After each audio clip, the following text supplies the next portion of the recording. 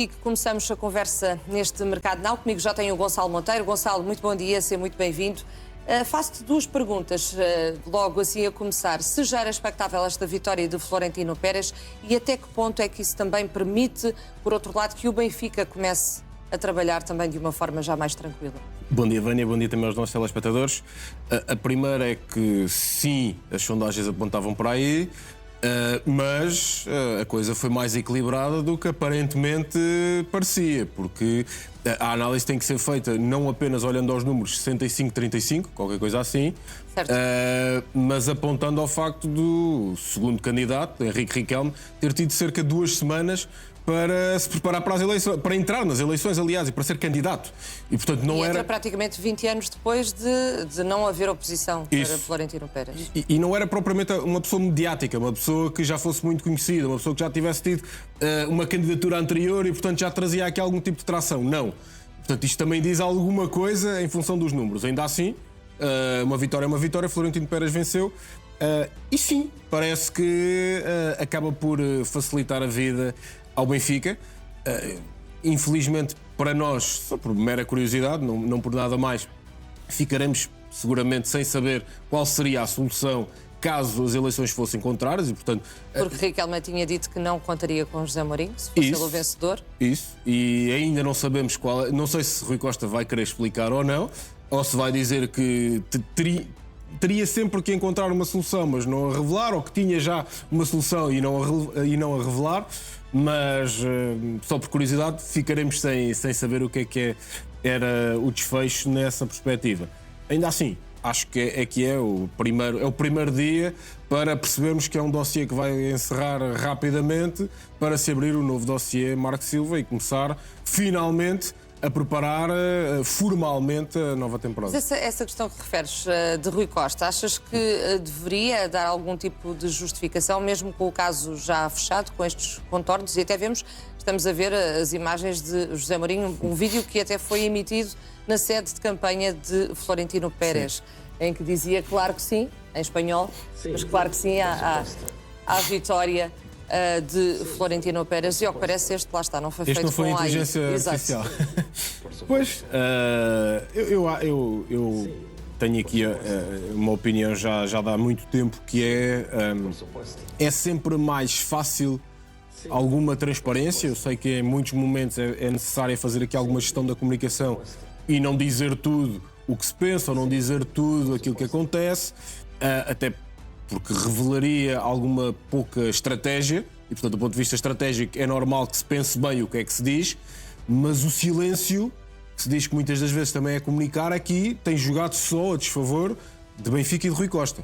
Não há nada que eu consiga dizer que este silêncio tenha trazido de benéfico para clube e presidente, e por isso defendo que já devia ter dito muitas coisas até chegado aqui. Porquê? Porque agora vai ser mais difícil de explicar muitas das coisas que ficaram para trás, se quiser. Se não quiser explicar, acho que fica mais difícil ainda aquele que vai ser o seu mandato, porque vai ter sempre ruído em torno de um mandato que não seja, que não tenha troféus, que não tenha títulos. Esse é sempre, e bom, e legitimamente, que existam outros candidatos com voz ativa para fazer aqui alguma... bater o pé, no fundo, em função daquilo que está a ser menos bem feito, em função daquilo que é a ideia e a cabeça desses candidatos. Então a oposição é sempre boa nos clubes, traz vivacidade, mas aquilo que eu acredito é que Rui Costa vai ter que, se quiser ter alguma paz para aquilo que aí vem, tem que estar muito bem preparado para a forma como vai explicar todos os silêncios e todos os zigue-zagues que surgiram até aqui. Deveria fazê-lo já hoje, Gonçalo? Deveria falar já hoje e depois apresentar Marco Silva já com essa questão resolvida? Ou esperar para apresentar Marco Silva e dar essas justificações, se é que as vai dar aos sócios? Eu dizia que não só por uma questão... Ou melhor, eu estava-te a dizer que não, mas pensando bem, eu até acho que sim. Porquê? O dossiê José Mourinho... Que sim, que deveria falar já hoje. Porquê? O dossiê José Mourinho, não estando formalmente encerrado, esta era a tal situação que nós prevíamos que dentro dos bastidores, ou em bastidores, já estava alinhada. E, portanto, este é o cenário que já está resolvido. Não estando formalizado, já está resolvido. E por isso, para não perder tempo, se calhar mais vale, tendo em conta que ainda existe o treinador, e portanto ainda não está formalizada a sua saída, se calhar já existir, conciliando, não sei se vai ser formalizada hoje a saída, se vai ser amanhã, não sei, mas no dia que seja formalizada a saída... Supostamente Mourinho será apresentado amanhã ou quarta, portanto o Benfica também não pode tardar nesse Tem que ser entre hoje, amanhã, por aí. E, portanto, no dia em que seja formalizada a saída, tentar encerrar o dossiê Mourinho. E, portanto, explicar bem, justificar, não sei se vai querer uma conferência de imprensa, não sei se vai querer ou se está preparado para esse embate, porque vai ser uma chuva de perguntas, certamente. Pode ser um comunicado no site do clube, por exemplo. Eu não acho que seja positivo, mas eu acredito que se calhar vai ser por aí. Ou até uma entrevista à comunicação canal própria, do clube, exatamente, ao canal do clube. Uma coisa mais controlada. Provavelmente vai ser esse o caminho, tendo em conta que nada foi dito até agora. Eu não acho que seja a melhor estratégia, e não é porque vai ser pior se falar... Eu não acho, porque se existe sempre um racional para a tomada de decisão, até para o silêncio, alguma coisa justificou o silêncio. E, portanto, eu acho que é mais simples explicar o porquê destas várias tomadas de decisão. Eu posso não concordar com o silêncio, mas Rui Costa explica o silêncio e a coisa ficou explicada. E depois pode haver o A, o B, o C que não concorda, mas pelo menos explicou, justificou. Não há uma fuga à questão. Eu acho que é sempre, colhe sempre melhor e traz alguma paz àquilo que é o seu mandato. Mas, portanto, nesse sentido, dia da formalização, dia de encerrar o dossiê Mourinho, justificando tudo e explicando tudo e mais alguma coisa, e depois o primeiro dia de Marco Silva, a apresentação e foco. Portanto, fechar um capítulo para dar início a outro. Sim, a não ser que existisse aqui, não sei, um volte-face qualquer, que precisava de mais uma semana, porque o dossiê de Mourinho ainda precisava, do ponto de vista jurídico, mais qualquer coisa, sei lá, estas coisas às vezes acontecem, e portanto, Marco Silva não ia ficar à espera. E portanto, aí sim, apresentava o Marco Silva, começava o trabalho oficialmente, ainda que as formalidades estivessem a ser tratadas nos bastidores, porque não se pode perder também muito mais tempo. Para começar, do ponto de vista formal. Olha, e quem não perdeu tempo foi Florentino Pérez, que elogiou José Mourinho no discurso de vitória, falou num dos melhores treinadores do mundo, e depois desses elogios e perante o silêncio na sala, o presidente reeleito do Real Madrid teve de pedir aplausos para Mourinho. Orgullosos de que vuelva uno de los mejores entrenadores del mundo, un madridista como es José Mourinho. Aplausos.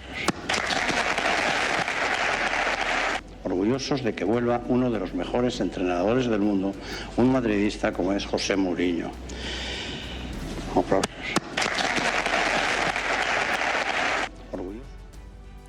Gonçalo, o que é que te preendes aqui não deixa de ser inusitado, não é? Ter de pedir aplausos para Mourinho. O que é que isto tanto vê para o futuro do treinador? Nós aqui não temos público, mas faltou aquela pessoa, não é, que aparece a dizer aplausos, não é? Tu percebes melhor a televisão do que eu, aparece aplausos, este é o momento dos aplausos. Faltou essa pessoa, talvez.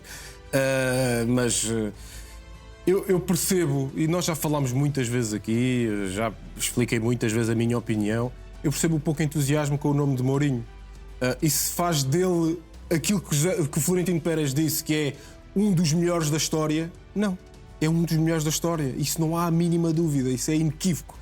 Se é o timing para contratar Mourinho de forma a empolgar multidões, não. Eu percebo isso, mesmo no Benfica. E uma das coisas que nós falámos aqui constantemente é: Mourinho vai empolgar? Não está num momento positivo. Deixa de ser um dos melhores da história. Não deixa. As duas são verdade. Já ninguém lhe tira, não é? Portanto, e quer dizer, e quem não consegue perceber isto, pronto, não quer perceber mesmo, porque as duas são verdade. E eu creio que, mais do que isso, José Mourinho pode ser, de facto, o melhor treinador para o Florentino Pérez nesta altura. E pode ser mesmo. E para o Real Madrid, para aquilo que o Real Madrid precisa.